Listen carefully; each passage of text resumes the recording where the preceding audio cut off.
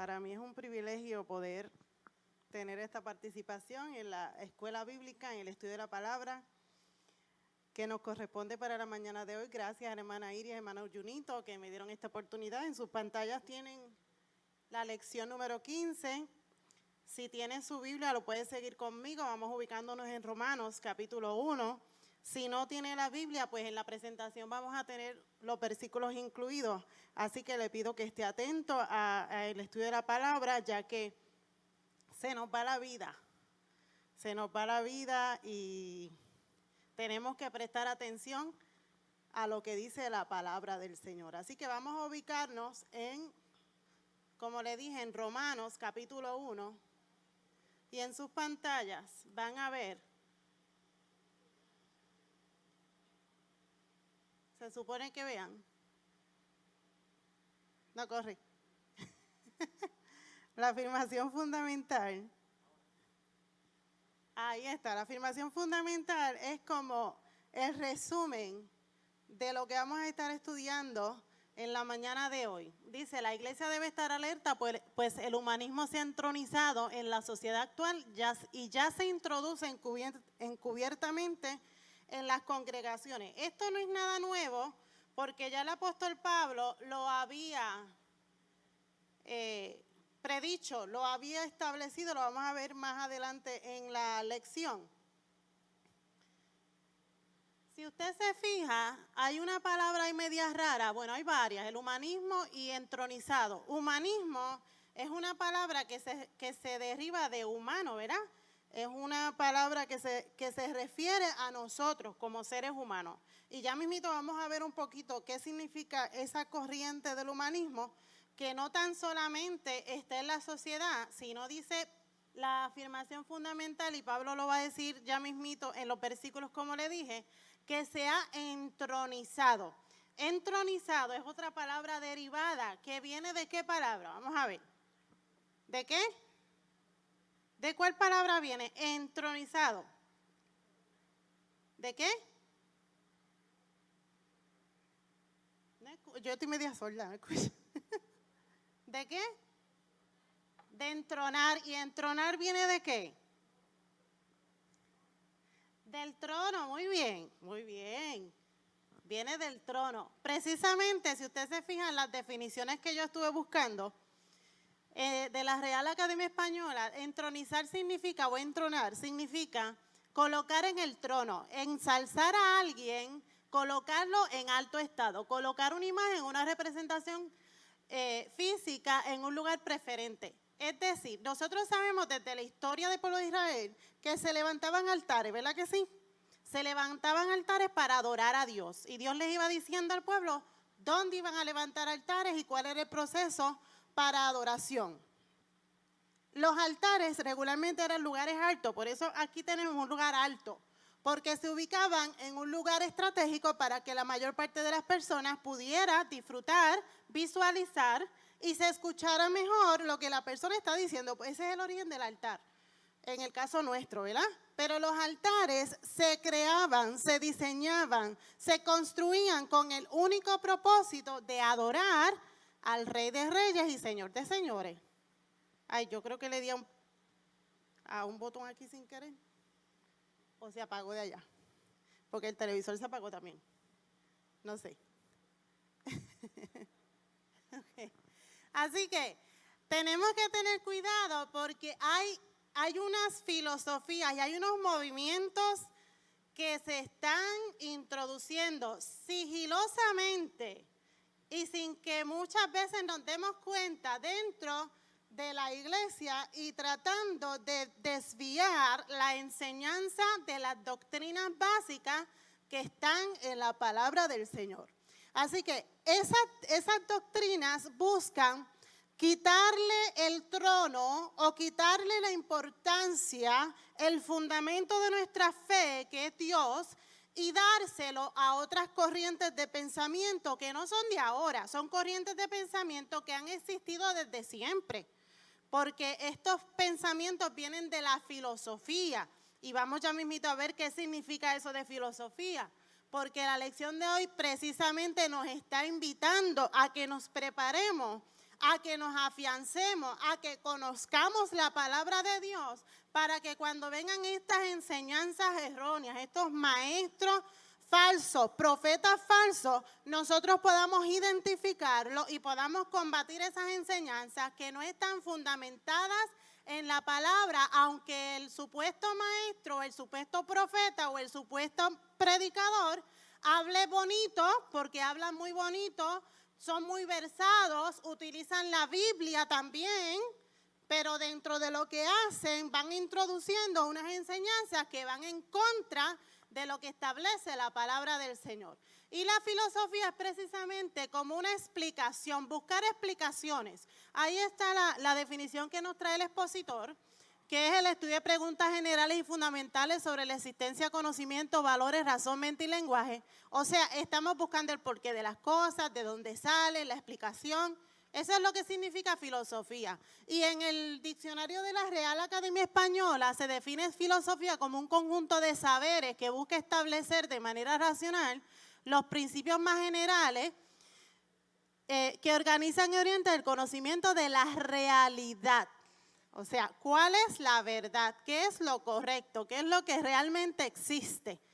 Así que Pablo invita a los colosenses, cuando le está hablando de cómo logramos llegar a la plenitud de la vida en Cristo, Pablo le escribe a los colosenses y le aclara enfáticamente y le dice: mirad que nadie os engañe por medio de filosofías y huecas y sutilezas, según las tradiciones de los hombres, conforme a los rudimentos del mundo y no según Cristo. Pablo le está diciendo a los colosenses y nos dice a nosotros, iglesia, que vamos a recibir constantemente unas enseñanzas que se fundamentan en filosofías que van totalmente en contra de lo que dice la palabra del Señor. Y si nosotros somos el cuerpo de Cristo, nosotros somos la iglesia y nosotros le servimos a Dios, tenemos que tener bien claro cuál es su voluntad. Tenemos que tener bien claro cuáles son las instrucciones que Él ha dado. Tenemos que tener bien claro qué es lo que choca, qué es lo que no concuerda con las doctrinas bíblicas. Porque ni si no conocemos esas cosas que van en contra, no identificamos las cosas que van en contra de lo que dice la palabra, por falta de conocimiento le dijo Jehová a su pueblo que perecían. Y no podemos llegar a eso. Es muy lamentable que a través de la historia, yo llevo muchos años en la iglesia. Yo cuando era niña, mis papás me llevaban a la iglesia, luego se descarriaron, luego regresé yo bien jovencita con mami, y el estudio de la palabra para mí siempre fue bien importante. Pero desde que yo me convertí es sumamente preocupante ver que mucha gente en la iglesia a veces no le da la importancia que tiene el estudio de la palabra del Señor. Y eso es fundamental. Hermano, yo le dije al principio que esto se trataba de vida o muerte. Y es así. El significado es que puede ser la diferencia. El conocimiento que tú tengas de la palabra puede ser la diferencia entre vida o muerte. Puede ser la diferencia en que te salves o te pierdas. Si no conoces la palabra, no conoces el camino. Si no conoces la palabra, no conoces la voluntad del Señor. Si no conoces la palabra, no sabes cómo llegar al cielo. Por eso es que les digo que es de vital importancia conocer la palabra del Señor para cuando vengan estas personas diciendo otras cosas que contradicen lo que establece la palabra, poder identificar esas enseñanzas erróneas y poder combatirlas. Pero si tú y yo no tenemos el conocimiento de la palabra, ¿cómo podemos combatirlo? Y eso es lo que ha pasado a través de la historia, que en la iglesia nos hemos ocupado en el ritual, en muchas otras cosas, y no estoy diciendo, ¿verdad?, que no nos hemos ocupado de la enseñanza bíblica, pero en mi opinión, y usted puede diferir de eso, en mi opinión, le restamos importancia al estudio de la palabra. Esa es mi opinión, y lo digo pues por mi experiencia a través de los años en la iglesia. Es de vital importancia. El estudio de la palabra es insustituible. Es más necesario el estudio de la palabra que el culto a Dios. ¿Por qué? Porque a través del estudio de la palabra es que tú le rindes culto a Dios. A través del estudio de la palabra tú conoces cuál es la voluntad de Dios. A través del estudio de la palabra tú conoces cuáles son las promesas. Tú conoces que no le agrada al Señor. Tú conoces el camino. A través del culto también conocemos, pero no es lo mismo estudiar la palabra. Y yo le invito a que lo haga de manera formal. Tenemos en la Universidad Pentecostal MISPA, ¿verdad, Kiko? Ahí tenemos un excelente profesor, Carlos Rivera, es nuestro profesor en MISPA, excelentes recursos, conoce la palabra y allá hay unos excelentes recursos que formalmente usted tiene la oportunidad también de estudiar la palabra y va conociendo y va entendiendo cuál es la voluntad de Dios y podemos tener las herramientas para combatir este tipo de enseñanzas que van en contra de la palabra del Señor. El humanismo es una filosofía en donde el hombre es el centro de todo. Esa última oración esa última oración del primer párrafo, que es la definición que nos da el expositor, esa última oración de arriba, el hombre es el centro de todo. Ese es el resumen de lo que se trata el humanismo. Y eso va contrapuesto, eso se contrapone a nuestra realidad como iglesia del Señor. ¿Quién es el centro en la iglesia? ¿El hombre? No. En la iglesia el centro es Dios, no es el hombre. Por lo tanto, estas filosofías son totalmente opuestas a la palabra del Señor. ¿Y qué va a buscar el humanismo? El humanismo va a buscar contradecir, menospreciar lo que dice la palabra. Y no lo dice de una manera fea, de una manera ofensiva, de una manera que nos molesta, no. El humanismo, las corrientes humanistas lo hacen con sutileza, con mucho razonamiento, va a nuestras emociones, nos pone a pensar de manera crítica, va a basar, se fundamenta en el método científico, que todo hay que probarlo, algunas de ellas van directamente a esa área, pero no es nada que sea desagradable para los oídos de nosotros. El humanismo es una cosa que buscan la manera de ser agradable, de llamar la atención, de complacer. El humanismo se fundamenta en el hombre, o sea que el humanismo va a la carne. Y usted sabe que en la palabra se establece que hay una enemistad entre la carne y el espíritu. Si alimentas la carne, ¿qué pasa con el espíritu? Si alimentas el espíritu, ¿qué pasa con la carne? Eso, Pablo también habla muchísimo de eso, ¿verdad? De hecho, hay unas obras de la carne, hay un fruto del espíritu y son opuestas. Así que nosotros estamos totalmente en dirección opuesta a lo que es el humanismo. Y yo le puse una ilustración para que usted lo entienda. La filosofía humanista va en una dirección y las doctrinas bíblicas van en otra dirección, totalmente opuesto. Y en las matemáticas, para los que saben mucho de matemáticas, sabemos que los números son infinitos, ¿verdad? Ya mismito me caigo aquí con este cable. Los números son infinitos, ¿verdad? ¿Sí o no? ¿Estoy diciendo un disparate? Son infinitos, ¿verdad? Los números. Ok, pues vamos a pensar que esa es la recta numérica. En el centro está el 0.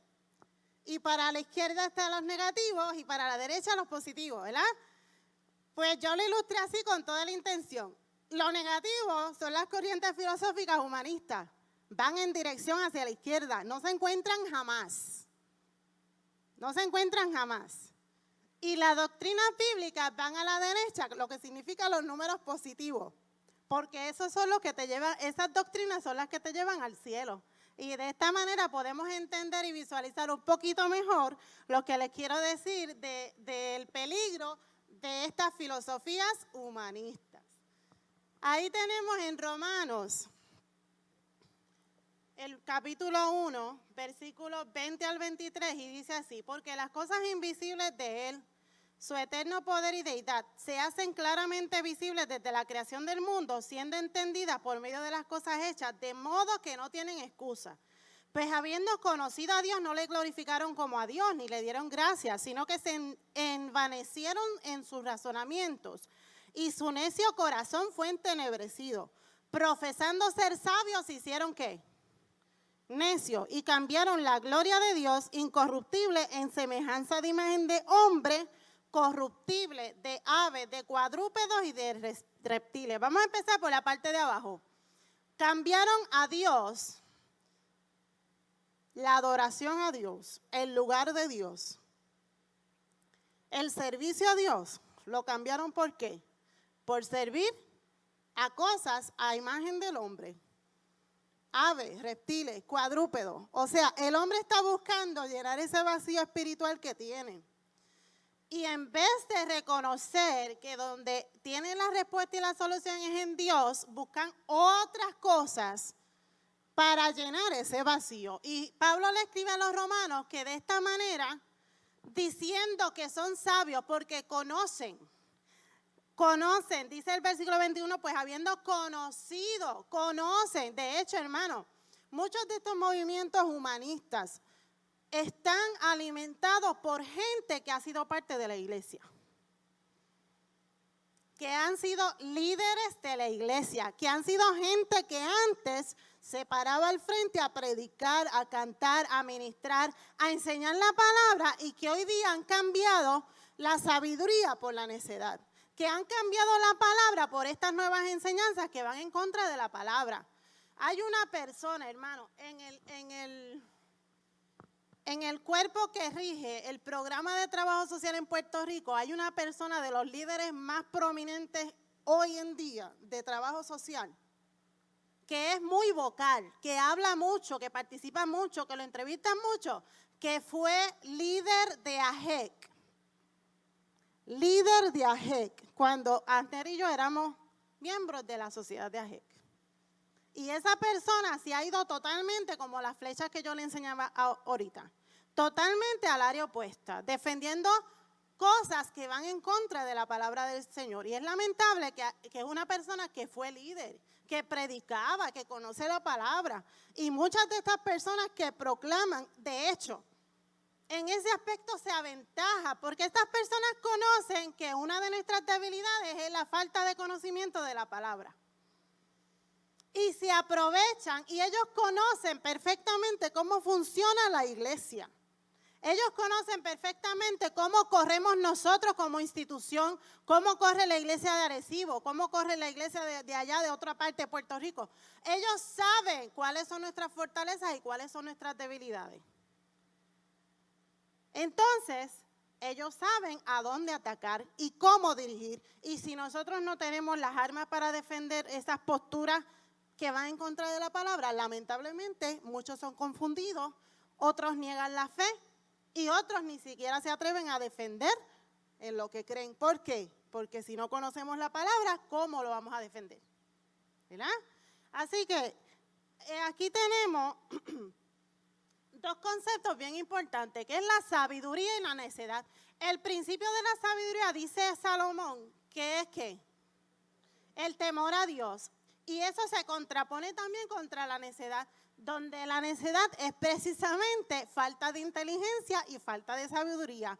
La persona necia, el mismo proverbista lo describe como quien dice que Dios no existe. En el Salmo 53:1 dice, el necio dice en su corazón que no hay Dios. Así que dentro de las manifestaciones de estas personas que dicen que no creen en Dios, pues obviamente, ¿qué buscan? Alejamiento de Dios, todo lo que tenga que ver con Dios les repugna. De hecho, nosotros en Puerto Rico estamos viviendo un momento bien difícil y no va a ser menos difícil, hermano. Tenemos que prepararnos porque las cosas no se van a poner más fáciles, al contrario. Y tenemos un ataque franco, directo, hacia la iglesia, haciéndonos ver como que nosotros no defendemos a la niñez, porque quieren traer unas leyes, hay unos proyectos de ley ahora mismo, que es el proyecto de ley 184 y 185, que les invito a que los lean y lo estudien. Y lo que pretenden a través de eso es atacar principalmente a dos instituciones de la sociedad. Primero la familia y segundo la iglesia. Entonces, ¿qué pasa? para combatir las posturas de la iglesia.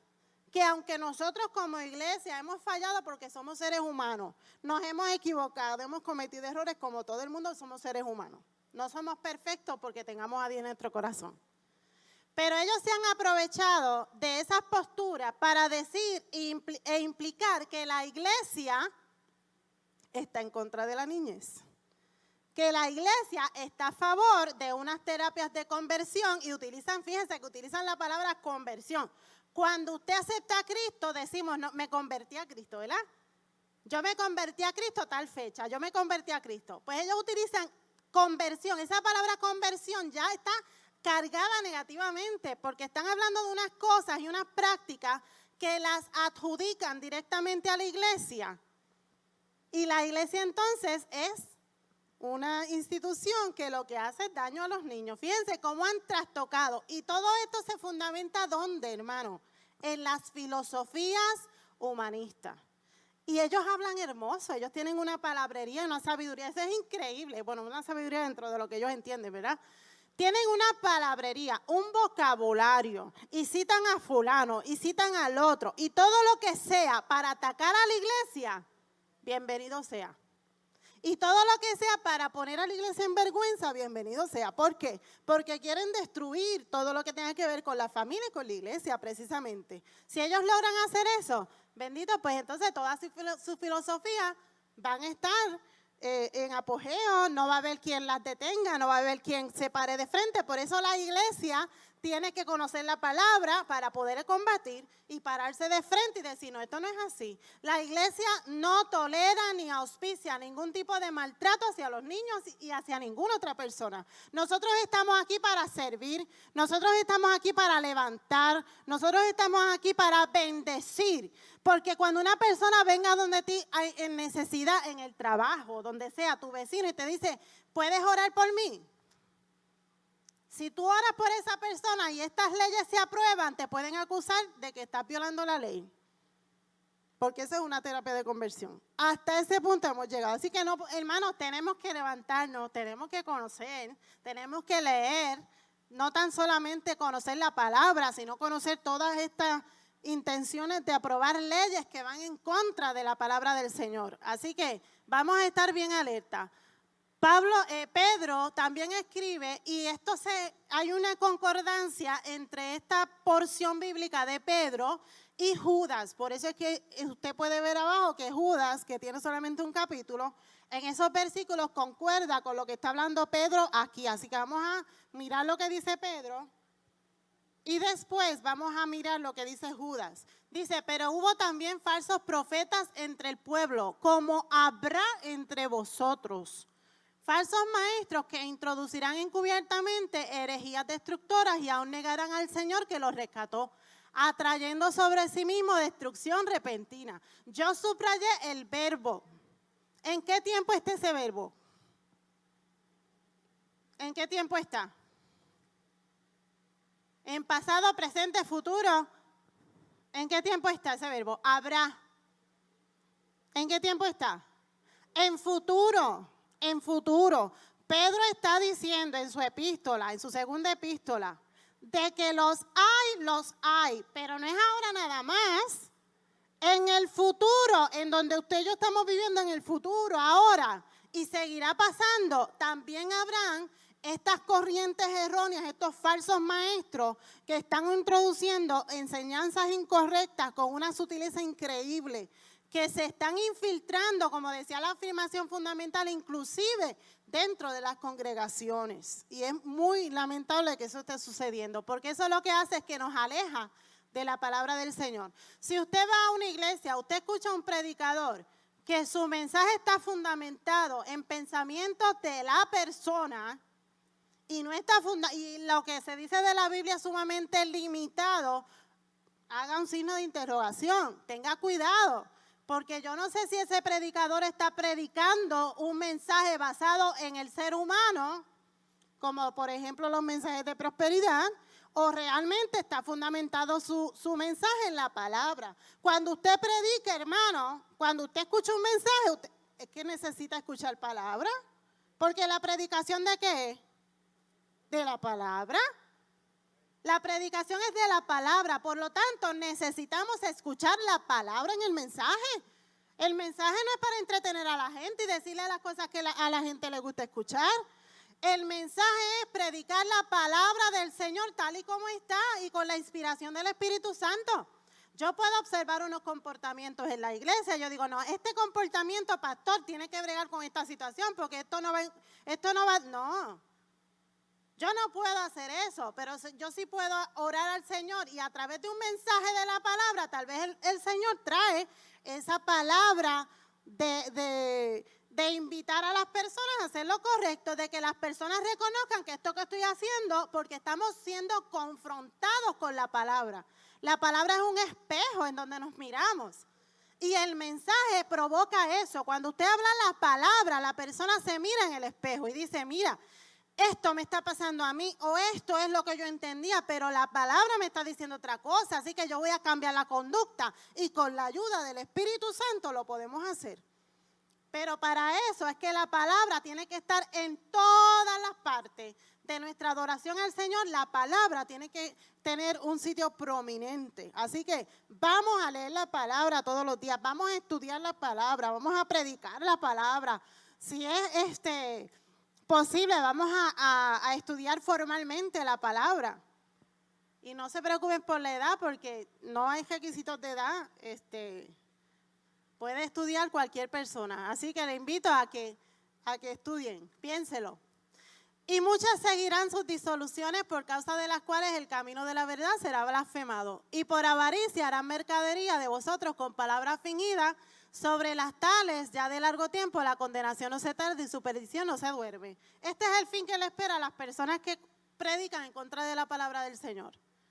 Y ahí Judas también habla de esas falsas doctrinas y los falsos maestros.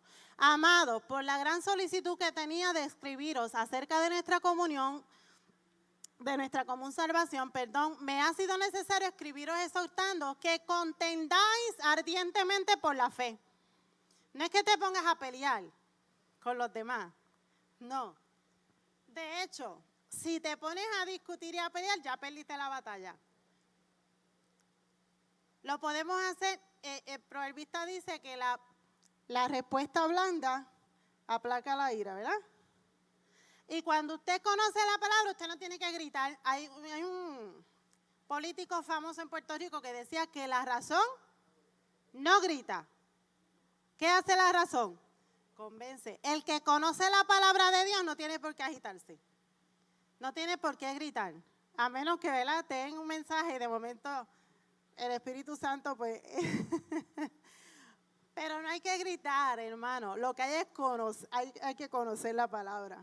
Lo que hay es conocer la palabra. Porque si yo conozco la palabra, cuando pase esto, el Espíritu Santo me va a iluminar y me va a poner en mi mente exactamente lo que yo tengo que responder a esa persona con mucho amor y cariño, sin necesidad de ofender.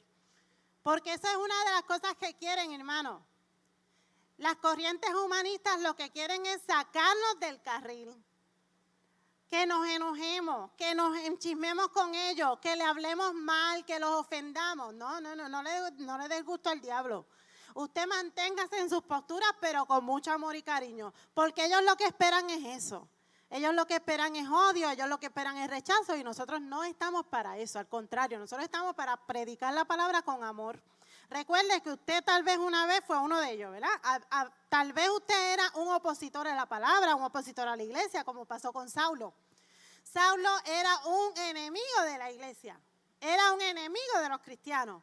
Y de enemigo fue uno de los mayores misioneros que, de hecho, en la Biblia tenemos, la mayoría de las epístolas fueron escritas por Pablo, quien era un enemigo, pero de enemigo vino a ser un proclamador, uno de los pregoneros más reconocidos de la palabra del Señor.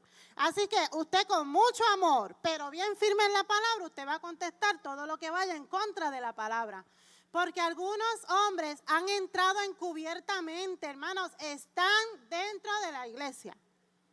Están dentro de la iglesia. No estamos hablando de gente de afuera, están en la iglesia. Están en puestos. Tienen posiciones importantes. pero ¿cómo es posible, Señor? Bueno, hermano, ¿quiénes solicitaron la crucifixión de Cristo? ¿Quiénes? Los líderes religiosos. Los líderes religiosos fueron los que solicitaron a gritos: crucifíquenle. Acabamos de celebrar la Semana Santa. Así que no nos sorprendamos. Están dentro de la iglesia. La cizaña crece junto con el trigo. ¿Qué tú eres, cizaña o trigo? Ay, Padre Santo, dice: hombres impíos que convierten en libertinaje la gracia de nuestro Dios y niegan a Dios, el único soberano, y a nuestro Señor Jesucristo. Estas enseñanzas se van totalmente opuestas a lo que dice la palabra. Todo es bueno, después que tú no le hagas mal a nadie, todo está bien, pero se olvidan de que hay una palabra en donde se establece la voluntad del Señor. ¿Qué quieren ellos? Pues bien fácil, introducir la filosofía suya, sus ideas de manera sigilosa que no nos demos cuenta. Enseñanzas torcidas para confundir a los creyentes. ¿Por qué? Porque si el creyente no conoce lo que dice la palabra, pues fácilmente acepta estas enseñanzas pseudocristianas como verdaderas, lamentablemente. Y así muchas iglesias están llenas hoy en día. Iglesias que tienen unas enseñanzas incorrectas. Iglesias que han desviado la doctrina de la palabra por enseñanzas de hombres. Y están llenas. ¿Por qué? Porque buscan complacer a todo el mundo. Que la gente esté contenta. Eso es lo más importante en estas iglesias. Que la gente esté contenta. No enseñar la palabra del Señor. El centro de estas iglesias no es Dios. El centro de estas iglesias es el hombre. Son tendencias pseudocristianas y paganas, y con el crecimiento de la tecnología, pues hermanos, lamentablemente ellos tienen unas estrategias que son sumamente exitosas y tienen a alguien que les back up, les ayuda, que es el enemigo de las almas, y ese sí conoce. Algunos ejemplos son todos estos ismos, terminan en ismo, todas estas son filosofías humanistas que todas ellas, les invito a que después busquen todas esas filosofías humanistas, todas ellas buscan apartar al hombre de Dios. Ese es el primordial objetivo de estas filosofías. Ahí están otros ejemplos, pero vamos a brincar porque ya se me está acabando el tiempo. Para combatir estas filosofías, primero tenemos que identificar quiénes son o no quiénes son, las enseñanzas. ¿Cuáles son esas enseñanzas que van en contra de la palabra? Están infiltrados en los sistemas sociales, y ahí está incluido el trabajo, el gobierno, tribunales y la iglesia también. Se hace necesario inminente conocer la palabra y no pueden sustituir la palabra de Dios. O sea, para nosotros combatir, y desde el inicio de la clase le he dicho, para nosotros poder combatir estas falsas doctrinas tenemos que identificarlas. Es lo primero. Si no la identificas, no la puedes combatir. Y después de identificarla, tienes que tener las herramientas para combatirlas, que es el conocimiento de la palabra del Señor. Y vamos entonces a Filipenses. Me voy a dirigir solamente a lo que está subrayado porque ya el tiempo va corriendo y quiero terminar. Ocupaos en vuestra salvación con temor y temblor. ¿Por qué? Porque Pablo le dice a los filipenses en el versículo 15, más abajo en lo que está subrayado: estamos en medio de una generación maligna y perversa, en medio de la cual resplandecéis como luminares en el mundo. ¿Y cómo podemos nosotros resplandecer como luminares? Ahí lo dice, Pablo se lo dice a los filipenses. ¿Cuál es la clave? Asidos de la palabra de vida. ¿Cuál es la clave? Asidos de la palabra de Dios, conocer la palabra de Dios, dominar lo que dice la palabra, aprenderte versículos bíblicos. Lo podemos hacer de muchas maneras. Yo conozco un pastor que se sabe muchos versículos bíblicos.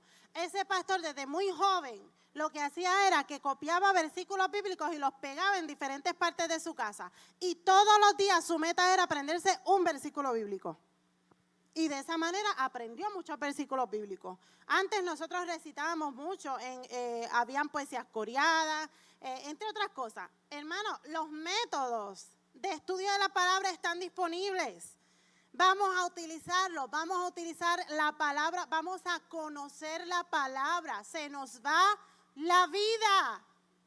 Se nos va la vida si no conocemos la palabra ante esta sutileza de esta gente que son muy sabios, muy suspicaces. Y ahí está pues el resumen de lo que nosotros debemos hacer para enfrentar cualquier dardo del enemigo o cualquier cosa que quiera desviarnos. Y el penúltimo punto, que es el que no había tocado, es bien importante también que nosotros conozcamos nuestra historia. El que no conoce la historia, dicen por ahí, está en peligro ¿de qué? De repetir los mismos errores. Y nosotros nos conviene conocer no tan solamente la historia de la iglesia, porque esto fue escrito hace muchos años en los inicios de la iglesia, sino además de conocer la historia de la iglesia, el trato de Dios con la humanidad, conocer la historia en Puerto Rico, porque nosotros recibimos el evangelio porque de alguna manera llegó a Puerto Rico. Conozcamos esa historia también, que es parte de las herramientas que tenemos para combatir esas falsas doctrinas. Así que hasta aquí la clase. Espero que hayan aprendido. Ya se me acaba el tiempo, ¿verdad? Dios les bendiga y gracias por su atención.